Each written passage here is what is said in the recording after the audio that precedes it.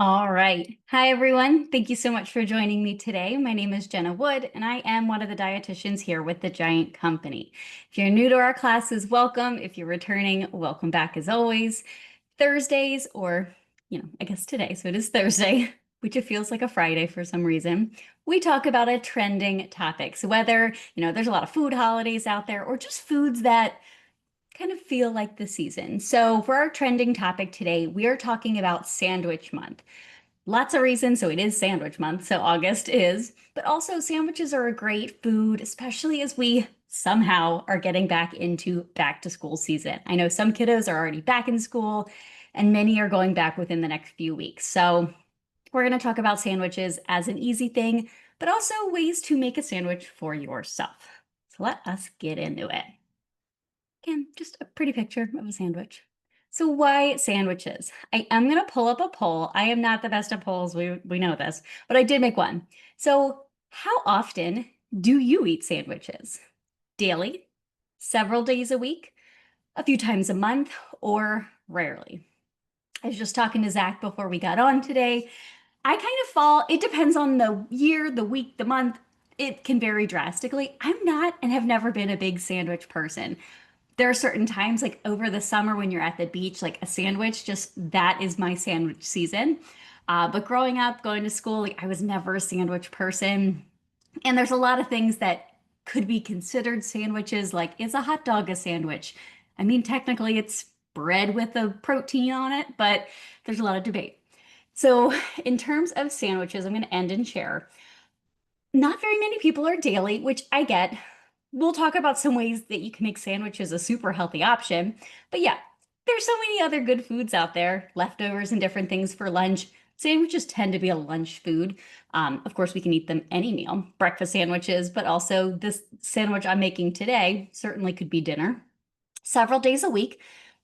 A lot of people are in that category, over 35%. A few times a month, 40%. I probably fall between the a few times a month to rarely, most often. I kind of forget about sandwiches, that they are quite an easy food that most people enjoy. So, in terms of sandwiches, every day, nearly 50% or half of Americans consume a sandwich. So, a lot of us are eating them almost every single day, especially people who are going to work, have some sort of routine. Sandwiches are just easy, they're quick to prepare. They're portable, which also is a really great factor when you need to bring it somewhere. I think one of the reasons I'm not a huge sandwich fan is I want the bread to be nice and toasted. So if I'm making a sandwich at home and can eat it right away, certainly. But if it sits, I don't know, that's not for me. But sandwiches are also great because they can be customizable based on taste, health considerations, cultural preferences. And again, you could have a breakfast sandwich, a sandwich for lunch, and then all the other things we consider quote unquote sandwiches, things like stuffed pita, and literally so many other things. So, how are we going to build a better sandwich if maybe the portability, the customization is something you're interested in? So we're going to start with the grains or something else. Maybe you're going to put your sandwich on something else. We're going to pile on the produce. We're going to pick our proteins, and maybe we'll swap the spreads or maybe do less. But let's talk about each of them. First, we're going to start with the structure. So there are so many different options when it comes to what you're quote unquote making your sandwich out of or putting your sandwich toppings on. Of course, we have bread, whether it be some type of sandwich bread, as it is aptly named, or a roll, kind of like I'm using today. Pita. And so, yes, technically, do we consider a wrap a sandwich? I mean, we often eat them in the same way or serve them along each other. So, using things like tortillas or wraps, a bagel, of course, and there's different types of bagels, whether they're bagel thins or a regular bagel, a bun, an English muffin. So, again, thinking back to those like breakfast sandwiches, naan. I love naan, such an easy one, but also pita. So, often you can either put toppings on, so it could be like an open faced sandwich, or pita that has a hole in it. Some pita does, some doesn't. And of course, some people want to opt out of the bread entirely, which is perfectly fine. There's nothing wrong with carbs, but if maybe you want this to be a little lighter, things like making lettuce wraps, bell peppers. So I think Joni, maybe this coming Tuesday or possibly the last produce spotlight of the month. She'll be using bell peppers as a sandwich. I have done it before. It's a little messy, but I actually really enjoy that. So you'll learn a lot about that coming up. Sweet potato rounds. I have a link to a recipe here, which is little chicken burgers on kind of round sweet potato cuts that have been roasted. That looks delicious. They're kind of like little sliders. And then just anything else that you want to make a sandwich on. The picture on the right is a recipe we have. I was going to try to make it today, but ran out of time. This is a sandwich bread that you can make in your crock pot, and then you just finish it off in the oven to kind of give it that nice crust. And the reviews were quite good, so I have a link to that later. Some things, obviously, you're aware of sandwich bread, but I wanted to just throw some other things in there. Of course, we have a lot of great bread options in our bakery. You can get the whole loaf and you can slice it if it's not already sliced. Most of our bakeries have that thing where you put the bread in and have it sliced. I am a huge fan. So when I do eat sandwiches, I really love the Arnold sandwich thins. They have the whole wheat. I think they also have like a whole grain with flax one, which tastes delicious, but it's a nice small, bread option. 150 calories for the whole thing, which sometimes a piece of bread might be well over 100 calories itself. So just an option. The Joseph's pita bread here. This is the flax, oat bran, and whole wheat. I love this one. It doesn't always hold up very well when you try to stuff it, but I've made it happen. And then the tomorrow wraps are really great. They're called Carb Wise. This is a whole wheat option, but they have really good fiber and a little bit lower in calories. And I think they're delicious. They're great if you kind of like heat them a little like any tortilla and then make the filling. And Char is a really, I think, really great gluten-free brand when it comes to sandwich rolls. They have these multigrain ciabatta, which are really nice. And then again, a bell pepper, which it's so silly to make a sandwich out of, but it is quite fun. And just another way to add veggies.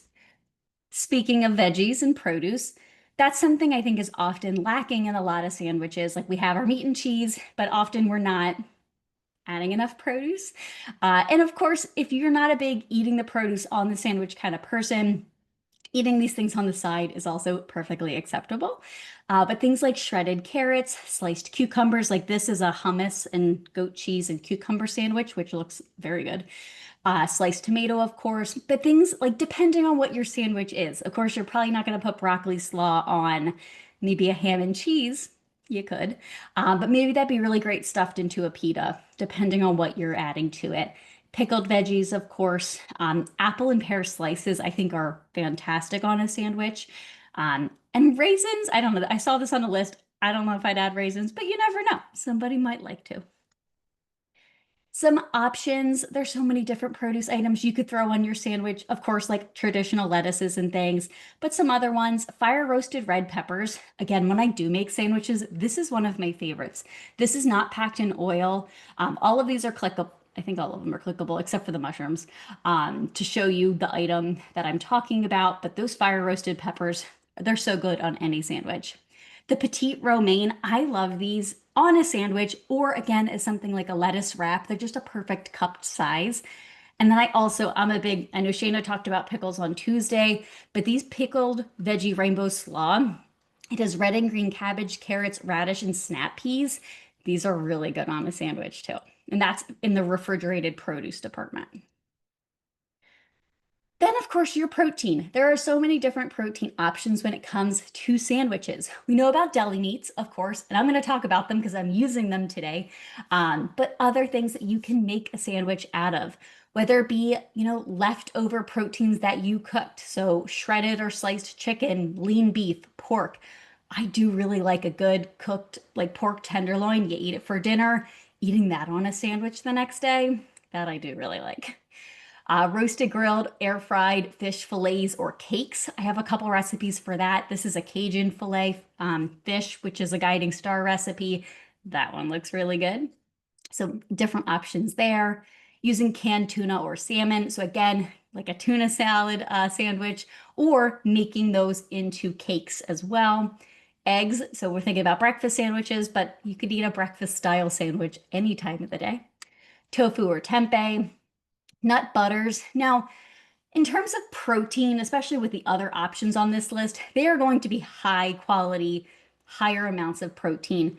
Peanut and other nut butters like almond or cashew, they're not what we consider high protein, but they do have protein. And not every meal has to be super high in protein. So if you're slathering on some peanut butter or some almond butter, granted, the calories can get out of hand quite quickly. We do get some protein there. Additionally, you get protein from a whole wheat bread as well. Mashed beans, I've made a lot of, and I think Charlotte might have made a couple bean type recipes where you can combine the beans with fish or something else to just, again, heighten up that protein and fiber.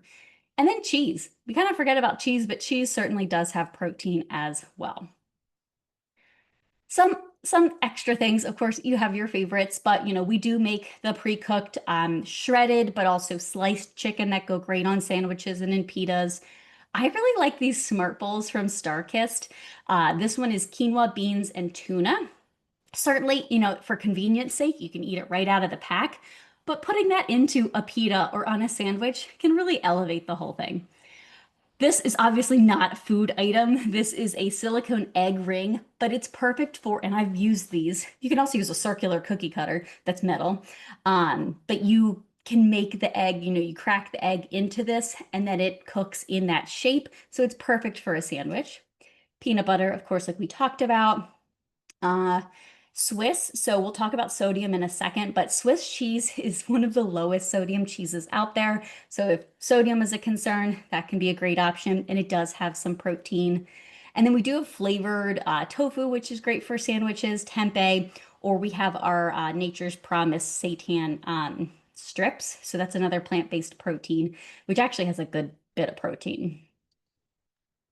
Now, when it comes to deli items, what are we thinking about? So again, as I mentioned, sodium is one of the two top things we think about with deli meats. Many deli meats are often, 600 or more milligrams of sodium per serving, which does not include the sodium in the cheese, in the spreads. Bread is often quite high in sodium and other toppings. So, you're starting off high and then adding to it. So that's one of the things with sandwiches that can get out of hand pretty quickly. So look for reduced or lower sodium options when possible, and when not possible, make sure you're considering all of the other toppings too. Then we have saturated fat. So some deli meats, especially more of the salamis and things like that, can be quite high in saturated fat.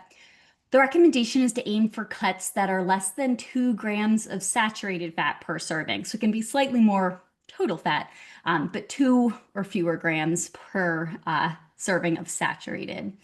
The leanest cuts are going to be things like turkey and chicken breast, of course, lean ham, and roast beef is also quite, lower in fat compared to some of the other options you'll see out there. Now, what about nitrates and nitrates? This is something I would get asked a lot, especially when I did counseling, and they have a place, especially when it comes to deli meats. So they add sodium nitrate typically to deli meats for a lot of reasons. It's there to prevent harmful bacterial growth, things like botulism and listeria. We don't want those, so this is something that can help prevent that. It also adds that salty, cured flavor that we come to expect from deli meats. It extends the shelf life. Again, curing in any capacity will do that. And it also gives, especially a lot of those like more pork products, that red or pink hue that you're used to seeing. Items that are not cured with a nitrate of some type are often gray in color, so they're not very visually appetizing. They might be safe, they might taste okay, but a lot of times uncured, completely uncured products, they don't look very pretty because nitrates also provide that color. Now, something that has become quite a myth, I think, out there in the deli meat space is that a lot of companies are using quote unquote, very much quote unquote, natural nitrates that come from celery powder. So they take celery and they will process it down into a powder and then add that to the deli meat of choice or hot dogs or whatever it is. Now, it sounds good. Oh, it's natural, it's from a plant, but your body and doesn't notice the difference because the chemical compound is exactly the same. So, and there's a lot of labeling issues out there that because it's coming from celery, it doesn't have to say it's cured, even though it technically is. It's the same nitrate that we make synthetically, it's just from a naturally occurring source. So it's still not really great for us long term and in high quantities. And it's the nitrate being added to this protein food that is heated and is high in sodium that can cause the issues. If you're consuming celery and getting those natural nitrates, that's okay because it doesn't have the high salt, the protein, the heat. It's when we add it to things like deli meat that can cause an issue. So it does not matter if your deli meat has sodium nitrate or if it has nitrates from celery. They're both foods that we should watch our consumption of as much as possible. Our next thing, I know we're going to run out of time, so we want to swap the spreads. So, mayo is perfectly fine on a sandwich. I like a little mayo on sandwiches, but there are a lot of things you can spread on a sandwich and make it taste great. Mashed avocado or guacamole. I love our guacamole from our stores. Of course, avocados, guacamole do pack on some calories, so you still want to be mindful. But avocados also have fiber, vitamins, and minerals, and a lot of great things that mayo might not. Hummus, of course, is great on sandwiches. Greek yogurt, especially something like a tzatziki sauce. I love that on sandwiches and pita. Nut butter, so it's also spread, has a little bit of protein. Mustard, of course, most people know that. Chutney, so different fruit-based spreads. Smashed beans or refried beans. This is our vegetarian refried beans. They're fat-free, and a little bit goes a long way. I do actually like that on a sandwich. Roasted garlic. Of course, low or lower fat mayos are out there. And then mashed berries, because a PB&J is still a sandwich too. So thinking about ways to maybe lower the sugar in your PB&J by maybe just making mashed berries. We have those recipes for like the chia seed jam. Those are my favorites too. So many different options for sandwiches. I had to literally rein myself in because there are so many great options if you search for sandwich. And then, of course, filter by guiding stars or for wraps. Again, so many options. We have this hummus and goat cheese sandwich, which I talked about in another picture, but that one looks delicious.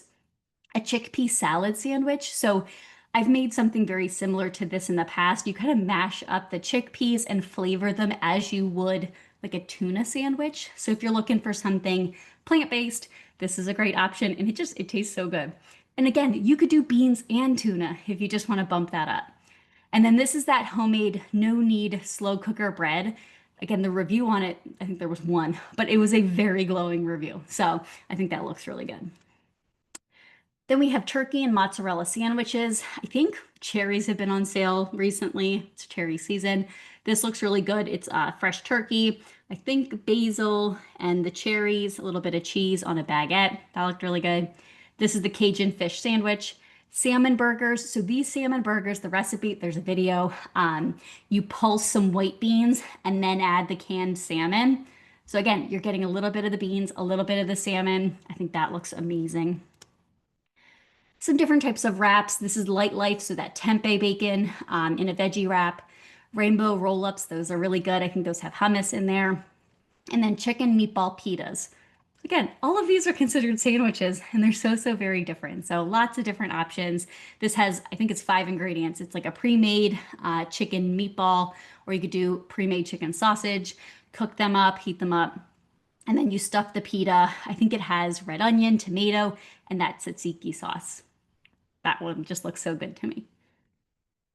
Now, what are we making today? So I did already start the recipe because I knew we wouldn't have a ton of time, but we actually have more time than I thought we would.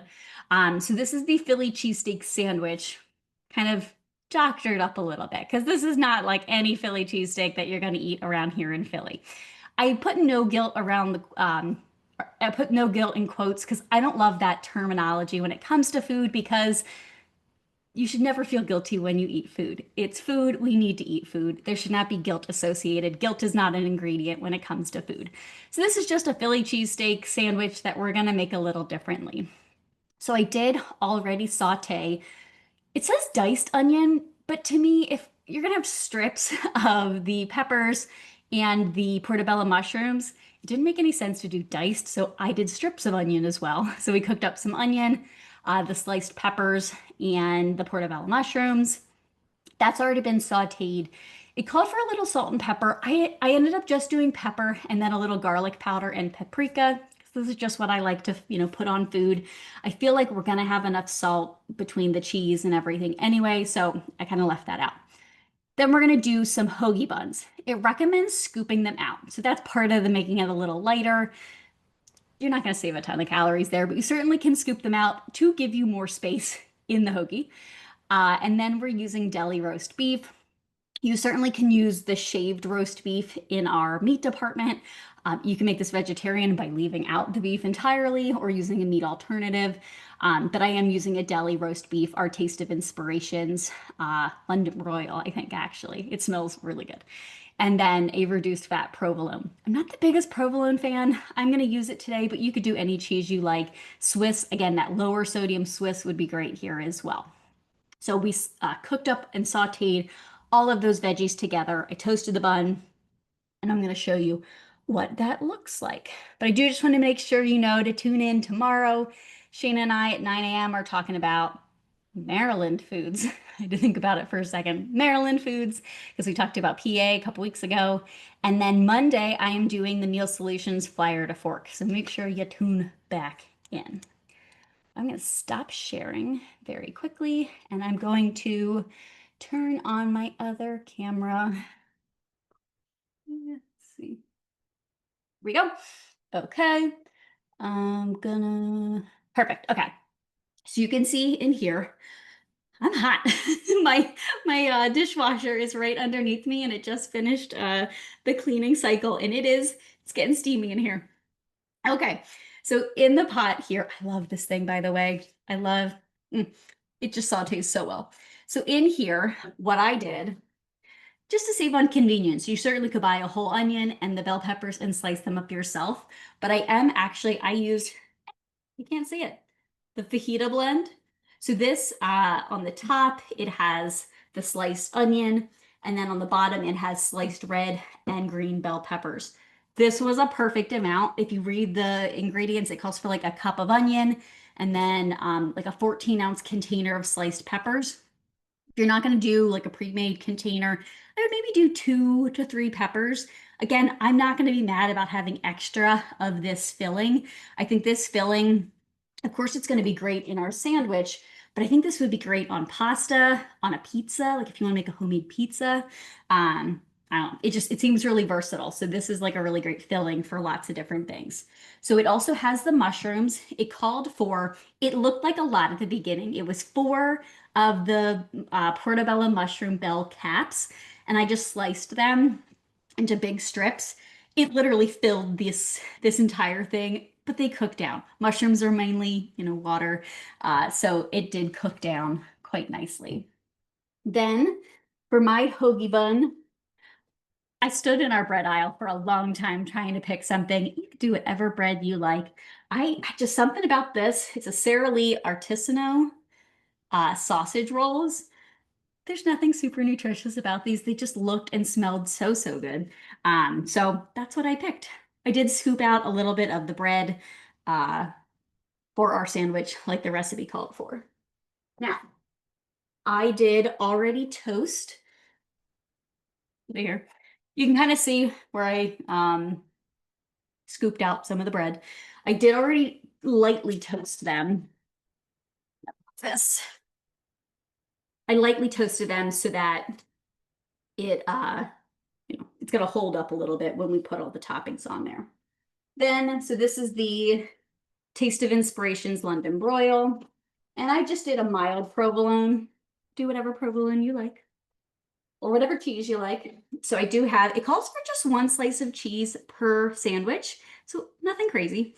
And then I think it said a half a pound per the 4 sandwiches. So that's what we're gonna do. It looks so delicious.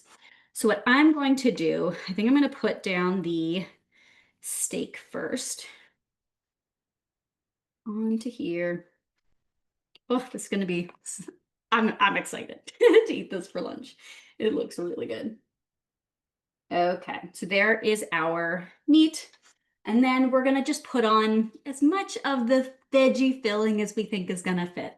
So I have some tongs that I'm going to use. And certainly, if you're not a mushroom fan, you can leave it out. Mushrooms are certainly not always super authentic when it comes to a cheesesteak. Some places will do it, others won't.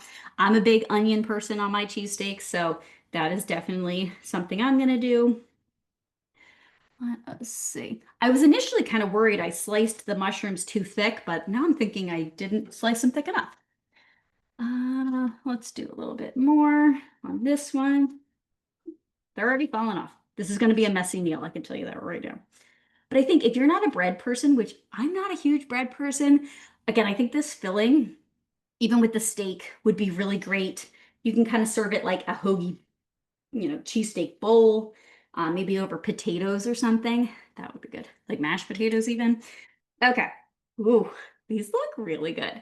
So then I'm just going to put one piece of cheese right on top, and I'm going to stick it under the broiler for like 2-ish minutes. Let's see. Okay. All right, so we have them in there, and we are just going to let them cook for a little. We're actually good on time. So let me go back to the recipe and just make sure we got everything we need. Yeah, 2 to 3 minutes under the broiler till the cheese melts. So we are ready to go for that. In the meantime, I'm going to open up questions. Someone said, did you ever have the avocado bread? I have not, but I see that every time I walk into produce and I'm like, I should buy that. I'm sure it's, how could it be bad? Right? So yes, I know what you're talking about, but I have not tried them. Um, is celery nitrate listed as an ingredient then on those meat products? So you will still see celery powder as an ingredient, but they're allowed to claim like uncured on the front of the package. So that's one of those things, front of package claims. They can say a lot of things that don't mean a lot. So always go to the ingredient statement. So yes, it should say celery powder. And often, I'm thinking of a particular claim, it'll say no added nitrates or nitrites except those naturally found in celery powder, which are still nitrates and nitrites. So, yeah, you'll see it in the ingredient statement for sure. Again, the jury's a little out on it when it comes to celery powder, but it's the addition of the nitrates to this protein food, this processed meat product. And then when we consume them, our bodies can convert nitrates and nitrites to what we call nitrosamines, which those are not really great for our health long term. If we eat natural nitrates from things like beets, beets are really high in nitrates. The way that that is converted in our bodies, because we're not consuming it with like a processed meat food, and if we're consuming it with things that are high in vitamin C, that tends to have a different effect on our bodies and can have antioxidant properties. It's good for our blood and a bunch of different things. So there's a lot of information out there and more research to be done. But yeah, celery as the nitrate doesn't make a huge difference, unfortunately. Are you going to do a West Virginia foods and coffee chat? I think we should, and I think we should do Virginia too. So we'll see. Pennsylvania just has a lot of food companies that we at the Giant Company sell. Maryland was a little bit harder. So I was born in Maryland, and so I was down at my grandmom's in Maryland this weekend asking, like, what foods should we talk about? What food should we do? So we'll look into West Virginia and Virginia because I think we should represent all of the states that we are in. I agree. All right, let us check our sandwich. Oh, it looks so good. I don't know if you can see that. Look at that. Oh, it's going to be quite difficult to eat, but it looks very, very delicious. I might kind of eat it more as like an open face sandwich, but that looks real delicious. Oh my goodness, I'm so excited. I have nowhere to put it. Yeah, good down. Whew. Well, I am a little hot now. I'm going to cool down before I eat a extremely hot sandwich. But I want to say I appreciate you joining me today about Sandwich Month and all the different types of sandwiches and sandwich fillings and spreads and everything else you can pick. I hope I inspired you to maybe eat a better for you sandwich this week. Have a good one.